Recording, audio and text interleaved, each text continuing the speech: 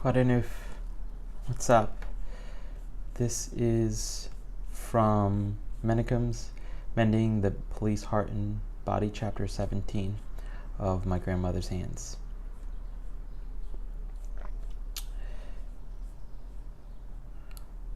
Talk to someone who knows how to listen. Have honest and straightforward conversations with someone about your life, your work, and your personal and professional challenges. This person doesn't have to be a therapist. He or she can be a minister or priest or rabbi or imam, a social worker, a body worker, or a healer, or someone with a background in counseling. This person should not be a bartender. Bartenders are trained to soothe their customers, not help them heal. Have such a conversation regularly, at least every month or two. A good therapist can help, of course, especially if you find yourself effectively doing things that aren't good for you or for other people. If possible, find a therapist who has worked with cops before so they understand many of your concerns from day one. And then here's a story that follows in the chapter. This is Menakem's voice as well. As I've mentioned, my brother, who lives in Dallas, is a police officer. He has trained cops in Texas and Wisconsin, as well as nationally and internationally. He often sings the praises of the Dallas Police Department.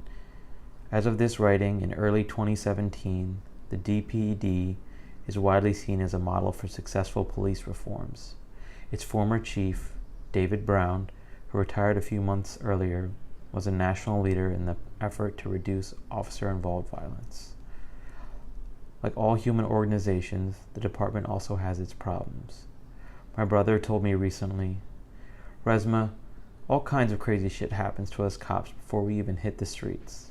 I don't mean just here in Texas. I mean everywhere in this country. Nasty stuff gets forced into us as part of our standard training. Sometimes when I go in front of a group of cops, a piece of my job is to untrain and retrain them.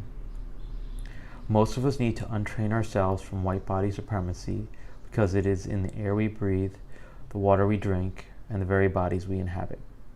As a police officer, you need to bring the best of yourselves to your job at all times. Most of the time, this means following your training, but sometimes it means being better than your training.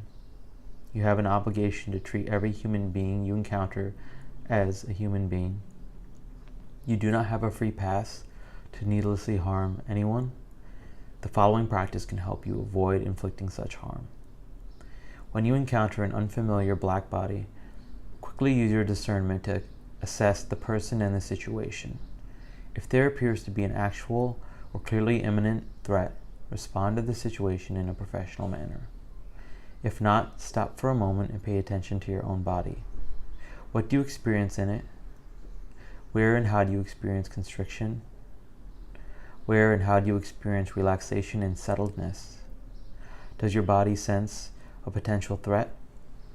If so, ask yourself if what you're experiencing is likely a reflexive response or an intuition of something real but unseen. Then ask yourself, if this body was exactly the same but white instead of black, how would I feel about it right now? If your body's response seems to be reflexive, use one or more strategies to help it settle and relax. If the threat seems genuine, respond to it appropriately. This process is not meant to encourage you to reflexively trust black bodies, but do notice any reflexive distrust. Over time, focus on replacing that reflexive response with being present, observing, and using your moment-by-moment discernment. This simple practice will help you better protect and serve bodies of all colors. It will help your body feel more settled during those times when you need it to be. And it will help you be a better and more honorable cop, someone who consistently brings integrity to his or her work. You deserve better than to be an apparatus of white body supremacy. The people and community you serve deserve better as well. Now, please.